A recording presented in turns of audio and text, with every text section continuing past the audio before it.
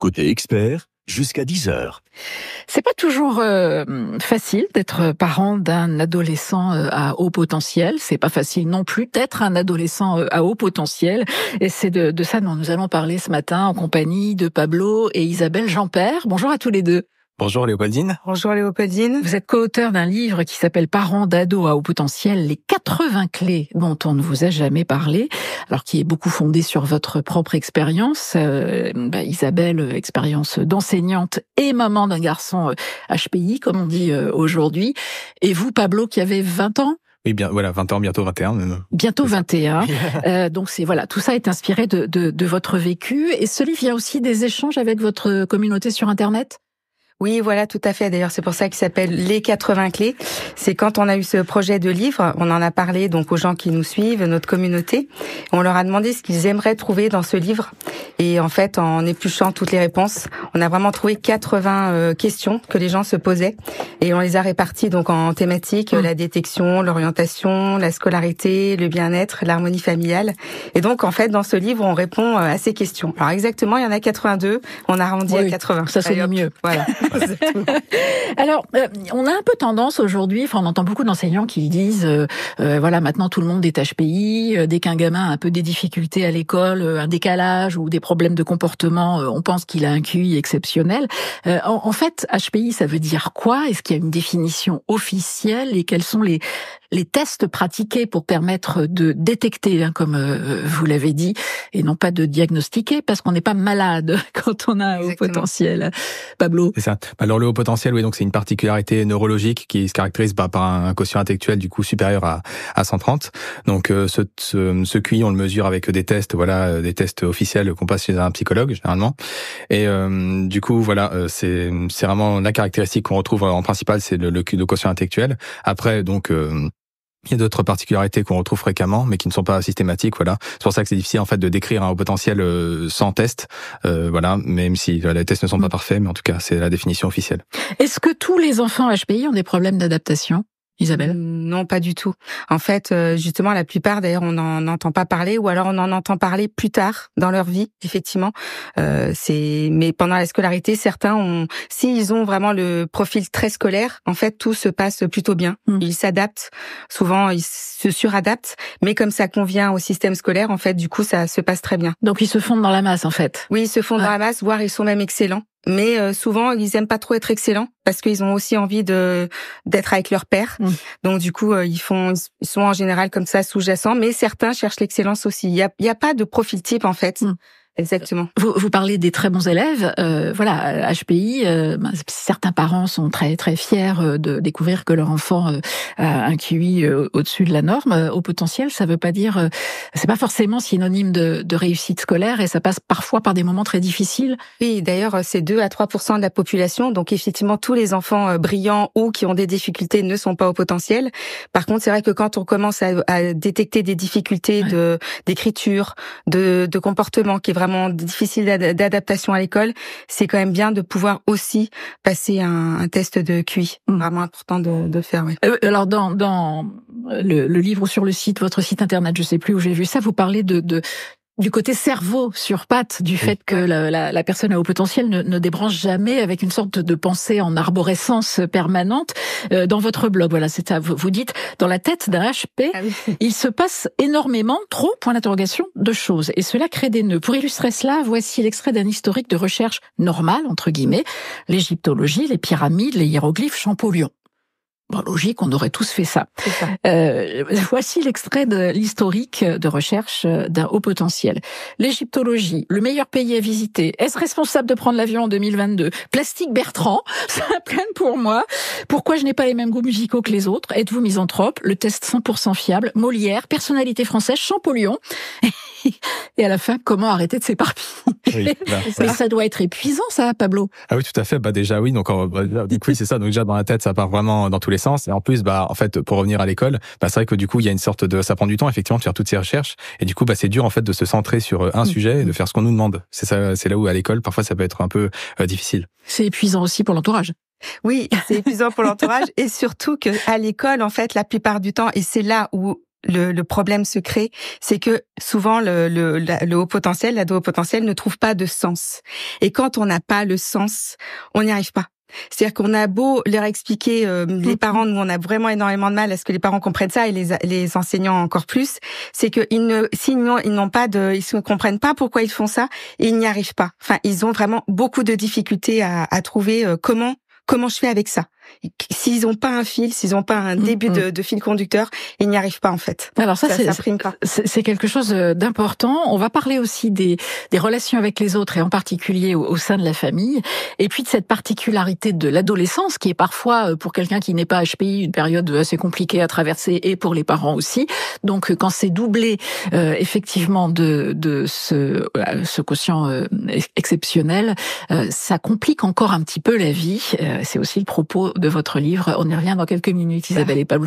On est en compagnie de Pablo et Isabelle Jeampère, co-auteurs du livre Parents d'ados à haut potentiel, les 80 clés dont on ne vous a jamais parlé. Le temps du primaire, c'est parfois assez compliqué pour ces enfants, mais l'adolescence l'est vraisemblablement encore plus, et c'est d'autant plus étonnant qu'on en parle assez peu de ces ados qui ont été détectés, Isabelle. Oui, effectivement, il y a beaucoup de littérature, notamment sur l'enfance, après sur les adultes, même les jeunes adultes. Mais c'est vrai que curieusement, l'adolescence, on n'en parle pas trop, à part des livres très psychologiques, avec des descriptions éventuellement, mais encore une fois qui sont pas forcément aidantes, puisque même si on sait certaines choses, je veux dire, dans la vie de tous les jours, ça reste très compliqué, quoi.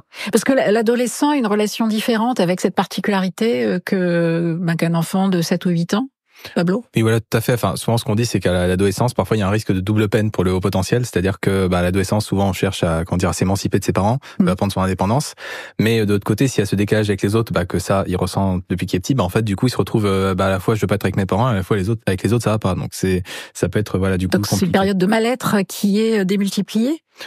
Alors pas forcément, parfois l'adaptation avec les autres se passe bien, mais du coup si ça se passe pas bien, du coup il y a ce risque de double peine qui est. Parce que l'adolescence, c'est quand même le moment des copains. C'est le moment des copains, c'est le moment des premières amours. Est-ce que c'est beaucoup plus compliqué, ça, de le vivre sereinement lorsqu'on est HPI ? Alors c'est beaucoup plus compliqué, c'est-à-dire qu'encore une fois on est dans l'histoire du sens, et c'est vrai que comme il voit ses pairs faire certaines choses, il peut du coup se perdre dans cette chose-là si pour lui ça n'a pas de sens. Par exemple, je sais pas, effectivement, tout ce qui est sexuel par exemple, si pour lui ça n'a pas d'intérêt, il va peut-être avoir des pratiques qui peuvent aller très loin, vu qu'il n'a pas de garde-fou, puisque déjà il est dans la suradaptation. Ce qu'il faut vraiment surveiller, c'est la suradaptation dans certaines pratiques, parce que lui, il le fait pour être avec les autres, lui ou elle d'ailleurs. Oui. Et du coup, ils peuvent se retrouver dans des situations vraiment compliquées où il n'a pas de garde-fou pour l'arrêter en fait. Cette quête de sens, ça veut dire, Pablo, que on parle beaucoup pour ne rien dire. Il y a toutes ces petites interactions sociales, mais qui effectivement n'ont pas grand sens, sinon à créer du lien. Ça, c'est quelque chose que vous avez du mal à concevoir ? Oui, disons que oui, souvent quand on est un ado, à HP, c'est vrai que souvent on a des centres d'intérêt quand même assez différents, enfin ça arrive. Et du coup, par rapport à l'adolescence où effectivement on cherche à s'adapter aux autres, vraiment, on cherche vraiment à se rapprocher des autres par rapport aux parents surtout. Et si on se heurte à des centres d'intérêt différents, on n'arrive pas à s'adapter au fait, aux séries qu'ils regardent, aux films qu'ils regardent, aux jeux vidéo qu'ils jouent, que ça nous intéresse pas, on est perdu quoi. Donc ça peut être compliqué quoi. Voilà, on peut se retrouver après. On peut aller chercher un autre cercle parce que forcément à l'adolescence il y a des cercles aussi d'intérêt qui se créent, par exemple au lycée notamment, ce genre de choses. Mais du coup c'est pour ça qu'on les incite aussi à se rapprocher de jeunes qui ont des centres d'intérêt en commun. Voilà, c'est vraiment important. On va parler tout à l'heure justement de l'orientation et des choix de vie qui sont parfois compliqués déjà pour beaucoup de gamins qui se retrouvent face à Parcoursup et qui le sont, je l'imagine, plus encore dans votre cas. Vous restez avec nous. Ce samedi 4 février, Icare est en concert à Montpellier. Ne manquez pas sa nouvelle tournée de passage au Rockstore. Auteur, compositeur, interprète, 5 albums au compteur, une vraie personnalité de la scène française.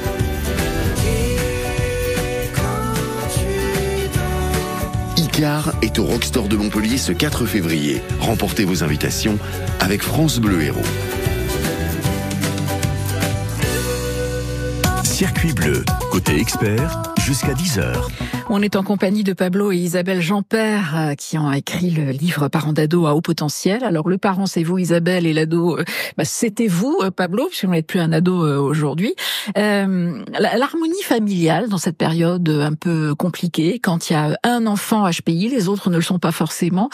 Les relations déjà entre l'ado et ses parents, c'est des moments de crispation dans la vie courante de beaucoup d'ados. C'est XXL cette période chez vous, Isabelle? Enfin, ça a été? Oui, ça l'a été, mais disons que ça peut être XXL. Encore une fois, c'est vrai qu'on a l'impression qu'on dit toujours ça peut comme ça peut pas. Oui. C'est-à-dire que en fait, on est sur un fil tout le temps. Oui, voilà, on est sur un fil tout le temps. En plus, l'ado potentiel a tendance à se prendre pour le parent de son parent. C'est-à-dire qu'ils nous pardonnent rien. Ils ont tendance à être très, dès qu'on fait quelque chose qui va pas bien, il y a une exigence très exigeante. Voilà. Donc il faut arriver vraiment à. Enfin moi c'est le chemin que j'ai pris. Pourtant j'étais pleine de certitude puisque j'avais été professionnelle de l'enfance et de l'éducation. Il a vraiment fallu que je me mette dans son monde en fait, que je me mette à sa place. Ça n'a pas été facile parce qu'il fallait quand même que je reste la maman quoi. Donc il fallait quand même qu'il y ait une autorité, il y a un cadre. Le cadre est très important d'ailleurs. Et puis en plus plus tard, je me suis rendu compte que c'était aussi mon monde, ce qui m'a expliqué pour moi personnellement, en tant que femme et en tant que mère, mon chemin aussi. C'est-à-dire que vous avez été vous-même détectée HPI, d'accord. Oui, mais très récemment, vraiment. Mais ça explique beaucoup de choses dans ma vie. Et rétrospectivement, oui. Voilà, exactement. Mais du coup, oui, c'est vrai que ça chamboule vraiment l'harmonie familiale pour le coup. Et en fait, ce qui pour nous vraiment ressort beaucoup, c'est vraiment trouver les points forts dans une famille. On a tous des points forts, et souvent les parents, en voulant bien faire, bien sûr, ils veulent faire, vous savez, chacun fait à son tour, je sais pas moi, sortir le chien, faire la vaisselle, c'est des choses très concrètes que je dis. Mais souvent, en fait, on est bon pour quelque chose, et finalement, si on est bon pour cette chose-là, qu'on est content, autant faire cette chose-là et laisser les choses. Mais quand il y a des frères et sœurs, est-ce que l'enfant HPI prend beaucoup de place finalement et que parfois ils ont un peu de mal à le vivre? Est-ce que vous le ressentez dans les témoignages que vous recevez? D'ailleurs, quand on accompagne un ado au potentiel, déjà on l'accompagne avec ses parents et on l'accompagne aussi avec ses frères et sœurs. C'est très important que les autres soient entendus, surtout qu'ils le sont peut-être aussi. En général, voilà, c'est quand même vraiment très familial. Mais ils peuvent l'être, mais disons parfois ils n'ont pas été diagnostiqués, on n'a pas pris de temps entre guillemets de prendre en compte leurs particularités alors qu'ils en ont aussi besoin. Et en fait, il y en a un qui a été pas mis en avant, mais qui du coup a vraiment été pris en charge. Mieux accompagné. Parfois, voilà, c'est ça, ouais. Donc ça peut créer des dissensions, des jalousies, des moments de tension. Ouais. Vous avez développé une méthode qui s'appuie sur vos deux points de vue et puis donc comme on le disait tout à l'heure, sur les questions de la communauté que vous avez sur Internet, vous proposez des bilans d'orientation, un accompagnement. On va en parler juste après une petite pause en musique. Côté expert, jusqu'à 10h. Parents d'ados à haut potentiel, les 80 clés dont on ne vous a jamais parlé. C'est le guide pratico-pratique, une sorte de boîte à outils que vous avez publié, Isabelle et Pablo Jeanpère. Alors c'est tout du testé, approuvé, pratiqué. C'est issu vraiment de votre vie quotidienne, ce qui a marché, ce qui a pas marché. C'est ça l'idée? C'est ça, ce qui a marché avec nous déjà, puis ce qui a marché aussi, du coup, avec les personnes qu'on accompagne, tout à fait. Sachant qu'il faut toujours garder à l'esprit que c'est vraiment les hauts potentiels, c'est vraiment très la meilleure méthode, c'est essai-échec. Alors c'est vrai qu'en France, l'échec, on a beaucoup de mal. On n'est pas tout à fait. On a beaucoup de mal, par exemple, les parents qu'on accompagne. Des fois, on leur explique qu'on va peut-être passer par une phase. Oui. De méthodologies différentes où il va peut-être avoir un peu des moins bonnes notes puisqu'il va faire différemment. Alors là, c'est vraiment le drame. C'est vrai que dès qu'on a des mauvaises notes, en fait, c'est vraiment difficile. Mais le haut potentiel, vraiment, il est caractérisé par essai, échec. C'est vraiment ça, on essaie les choses. C'est comme ça qu'on avance. Exactement. Ouais. Voilà. Et c'est vraiment ça qui... Réussir à faire le tri. Voilà, alors, côté boîte à outils, c'est des exercices, c'est quoi? C'est quelque chose qu'on va adapter au quotidien et que les parents comme l'ado vont mettre en application au jour le jour. Alors oui, c'est ça. D'ailleurs, dans notre livre, on peut le lire donc comme ça, d'une traite entre guillemets. Ouais. Et on peut aussi aller consulter quand on a un problème type. Et donc, effectivement, nous on propose des choses. Voilà, quand j'ai ce problème-là, par exemple, il y a des comment gérer le stress à l'approche d'un examen, d'un oral notamment. Exactement, tout à fait. Il y a aussi, par exemple, de la méthodologie différente parce que souvent les parents viennent vers nous et disent oui, il a pas de méthodologie. En fait, c'est que à l'école, on propose une méthodologie. Et après, les parents, souvent, ils en ont aussi une. C'est la méthodologie familiale ou l'organisation, en tout cas. Donc, nous, voilà, on propose d'autres choses, des choses qui sont différentes, qui sont vraiment basées sur les neurosciences, parce que ça, c'est aussi important. Notre cerveau, surtout un haut potentiel qui est toujours en fusion, il a besoin de se reposer, de faire des micro-coupures, parce qu'on n'arrive pas à tenir beaucoup plus qu'une petite coupure, donc voilà. Et donc ça, organisé dans le temps, c'est des choses qui sont vraiment efficaces et intéressantes, en tout cas à explorer, puisque quand on n'a pas trouvé de solution scolaire, il faut arriver à en trouver d'autres pour pouvoir quand même aller à l'école, quoi. Il faut quitte à s'inventer sa propre méthode. Alors ça pose beaucoup de questions sur l'orientation, sur les choix de vie dans l'avenir, et vous proposez sur votre site internet scolaritéautop.fr différentes formules. Alors il y a par exemple objectif sortir du brouillard. Alors ça, j'aime beaucoup cette formule, mais là c'est vraiment pour ceux qui arrivent et qui sont complètement paumés, quoi. Ouais, c'est ça. Ils savent plus par quel bout s'y prendre. Oui, c'est ça. Alors souvent, ça c'est vrai que c'est une période assez courte, on va dire, c'est environ un mois cette formule-là. Effectivement, oui, on est face soit par exemple à un ado qui en peut plus, par exemple, il vient de rentrer au lycée, puis il dit mais je suis perdu, là, je suis dans un nouvel environnement, on me demande de nouvelles choses, etc. Et du coup, on travaille un peu sur le court terme pour remettre les pendules à l'heure. Souvent c'est des problématiques, vraiment une problématique précise qu'on traite dans cet accompagnement-là. Après, pour quelque chose sur le plus long terme, pour quand il y a plusieurs problématiques d'un coup, par exemple familiale, orientation, scolaire, là on part plus sur les accompagnements globaux sur une période de 4 mois. Pour tous ceux qui voudraient en savoir plus, vous proposez une rencontre au Gazette Café à Montpellier, mercredi. Oui. À 20h. C'est ça. Donc, j'imagine vous allez exposer un peu votre situation, votre méthode, et puis ensuite échanger avec les personnes concernées. Merci à tous les deux. Merci beaucoup. Pablo et Isabelle Jeanpère. On va mettre évidemment en lien avec le replay de cette émission sur l'appli ici et sur francebleu.fr toutes les infos pour pouvoir vous trouver et vous contacter. Le site, c'est scolaritéautop.fr. Bonne journée à tous les deux. Bonne journée.